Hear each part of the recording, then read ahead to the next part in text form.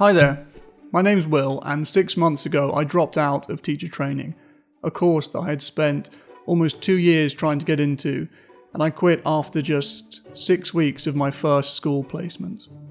And I was in two minds about whether or not I wanted to make this video, because there's lots of this type of video out there, the sort of why I quit teaching genre. I really didn't want this video to dissuade or put off anyone if they are thinking about going into teaching.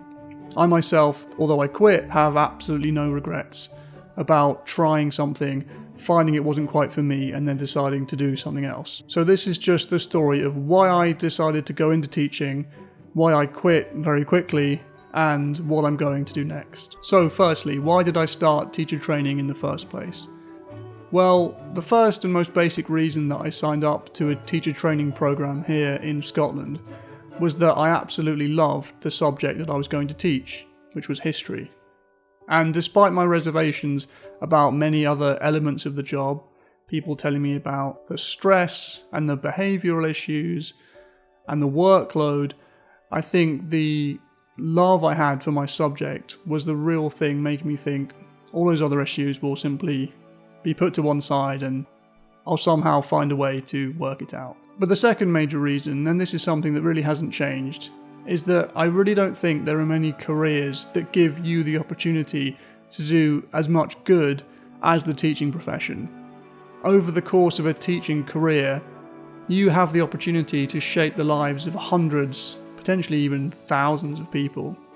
And that really is an extraordinary privilege and an extraordinary responsibility. And actually one of my biggest regrets about leaving the profession is that I might not be able to have that sort of impact. So for all those teachers out there who are still in the profession, my respect and admiration for you has gone massively up since I saw, although quite briefly, the job that you do day in, day out. So how did I actually find teaching?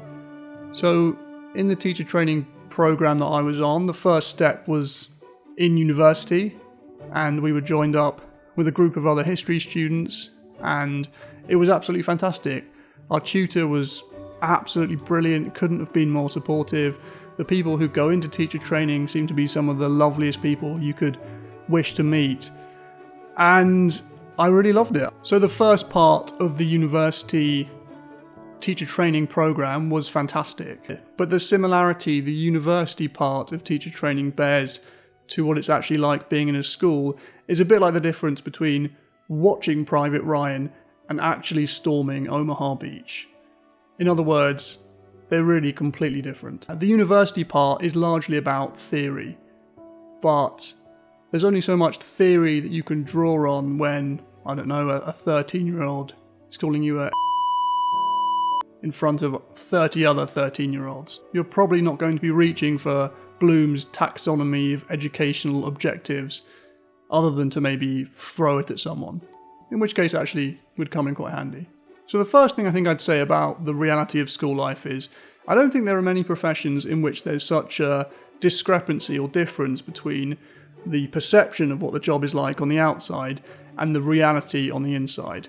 Because from the outside you might look at teaching and think, oh, okay, it's from roughly 9 till 3, you can come in at 8:45, teach your handful of lessons, engage with the children, have a lot of fun, and then come, 3:30, you can go home and your day's done. And on top of that, what do you get? Sometimes 13 weeks holiday a year, decent enough salary. From the outside it can look like a really cushy job.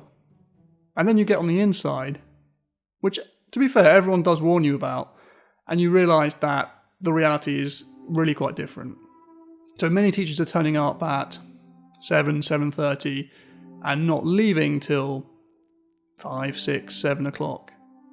And if that seems excessive, I think you speak to any teacher these days and they'll tell you that the workload of teaching has gone up enormously. So in the first week, I observed my mentor teach 7 50-minute periods in a row, and this is what this looked like. So 8:50, a lesson on the plague, the Black Death, to 30 12-year-olds. 9:40, the origins of trench warfare, to 13-year-olds. 10:30, explaining the rice paddies of Vietnam, to 11-year-olds. 1140, Ronald Reagan and the Cold War to 16, 17-year-olds. 110, the migration of the Irish into Scotland for 13 to 14-year-olds. And at 210, the plague, again, to 12-year-olds. So, not only is that a big intellectual challenge, but it's also a big emotional challenge, because throughout that day, all sorts of things are going to have gone wrong. Pupils will have been misbehaving. Maybe you've had to deal with, a fight taking place in the corridor, or someone crying in your classroom, or someone just totally being unreceptive, and all sorts of concerns that might arise from that. So teaching is exhausting, and to some extent I think everybody who's ever taught knows this. But there's some people who thrive in this environment, and there's other people who don't. And I think there are 3 parts of my own temperament that made me quite ill-suited to being in the classroom. And the first of these is the fact that I am an introvert. Now, I tell people I'm an introvert every 25 or 30 seconds, and people often say, no, you're not introverted, you can hold a conversation, maintain eye contact, talk to people. But that doesn't really get to the heart of what an introvert actually is. Introversion and extroversion has a lot more to do with energy than it does your ability to socialise. In really basic terms, the busier and more chaotic the social environment, the more an introvert is going to find themselves losing energy. Conversely, the busier and more chaotic the social environment for an extrovert, they actually are gaining energy. And the social environment of schools is arguably the biggest, noisiest, most energy draining social environment you probably could find yourself in. And so while I could visibly see some teachers feeling full of energy at the end of a school day, having had all that social exposure, for me, even after 1 or 2 lessons, I found myself completely exhausted and really dreading having to do the lesson planning that was going to come later on, because I felt like I'd already expended all of my energy that I had for that day. The second trait that I have that I think is quite unfortunate for a teacher is that I'm a perfectionist. Actually, lots of teachers have this trait, so it's not necessarily something that cancels you out from being a really good teacher. Lots of teachers have done really well in school, have achieved high grades, and have that perfectionistic mindset. But that doesn't mean they often struggle when they go into the classroom as a teacher, because going into a classroom with a perfectionistic mindset is terrible. School teaching, even the best teachers that you observe, have imperfect lessons all the time. That's what teaching is. It's chaos. Things are constantly going wrong, and it's about learning how to deal with them the best way you can. And I felt that within my lesson planning, I had this clear idea of what I wanted to happen in the lesson, and when what actually happened invariably wasn't exactly that, I would sort of tear myself apart. And what was frustrating there is that at the time, it felt like perfectionism as a trait was really going against my ability to teach, and it was a really negative trait. And I think I lost sight of the fact that actually there are some professions in which perfectionism is actually an asset rather than a negative thing. So if you are, for example, editing videos, however imperfect this video will end up, it actually really helps to be a perfectionist, because you get to spend an hour focusing on improving 30 seconds of audio, or cutting an image in, or a piece of video. So perfectionism for certain industries is really useful, but I think for teaching, you really need to leave your perfectionism at the classroom door before you go in. Now, having said all of this, I think there are still introverted perfectionist teachers who do a fantastic job and go on to have a fantastic career. And I think, reflecting on it, some of my favourite teachers at school had both of these traits. They were probably a little bit more introverted, and they were quite perfectionists. Having said that, I think this third trait really was the nail in the coffin, and that was something called glossophobia. So glossophobia is the fear of public speaking, and I have a really bad fear of public speaking. Now, in reflection, this seems just like a crazy career choice. If you are an introverted, perfectionistic, glossophobe, if that's a word, someone that's afraid of public speaking, and you want to put yourself as a career in a situation where you have to be in a loud, noisy social environment talking in front of large groups of noisy people, that's just going to be hell. And to be honest, that is how I felt. Before my first lesson, It was as if every cell in my body was screaming at me not to go into that room. I was terrified of the public speaking element, I felt exhausted by the social environment, and I wanted everything to go perfectly as a trainee teacher. And to cut a long story short, the culmination of this was having terrible sleep.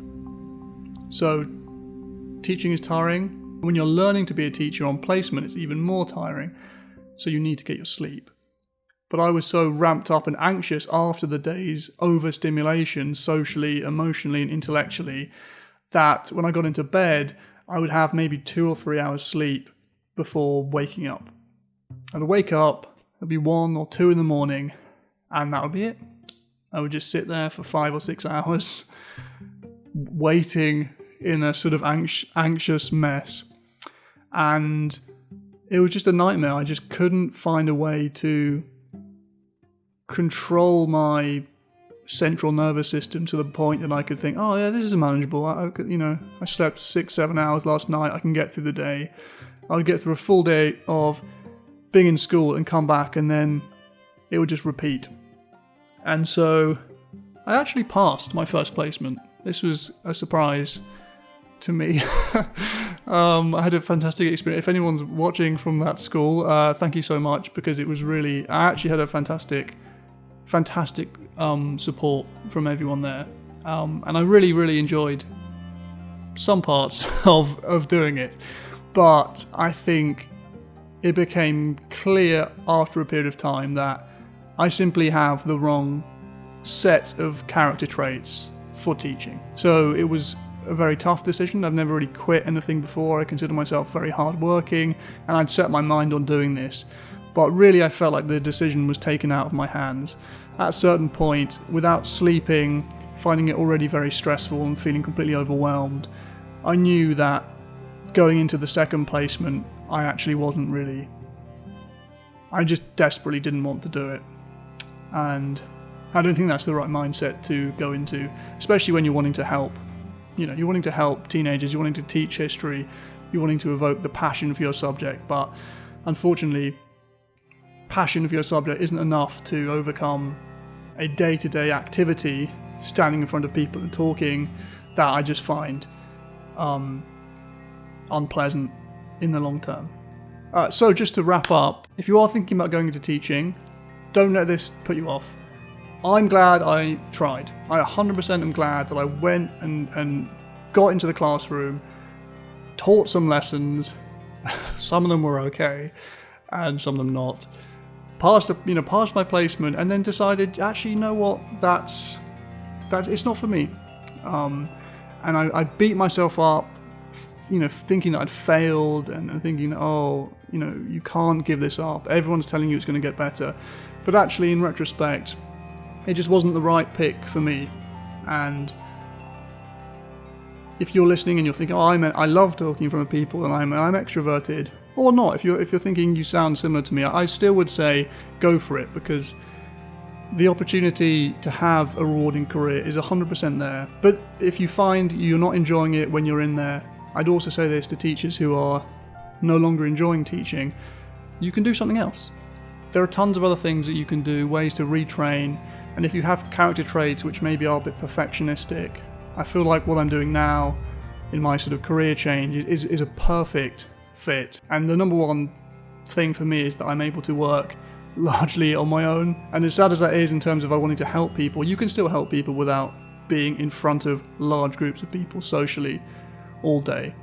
And yeah, I think I'll leave it at that. If people are interested, I might make another video on what I'm doing next and how I'm finding that and how much I'm loving it and really enjoying it. But yeah, I'd love to hear if you're in the teaching profession and you have similar feelings, or maybe even if you love teaching and you can resonate with the message and the people that maybe find it really tough. I've been making some history content on here, and it's going to change slightly to reflect my new business endeavour, so keep an eye out for that. But yeah, thanks for watching, and see you next time.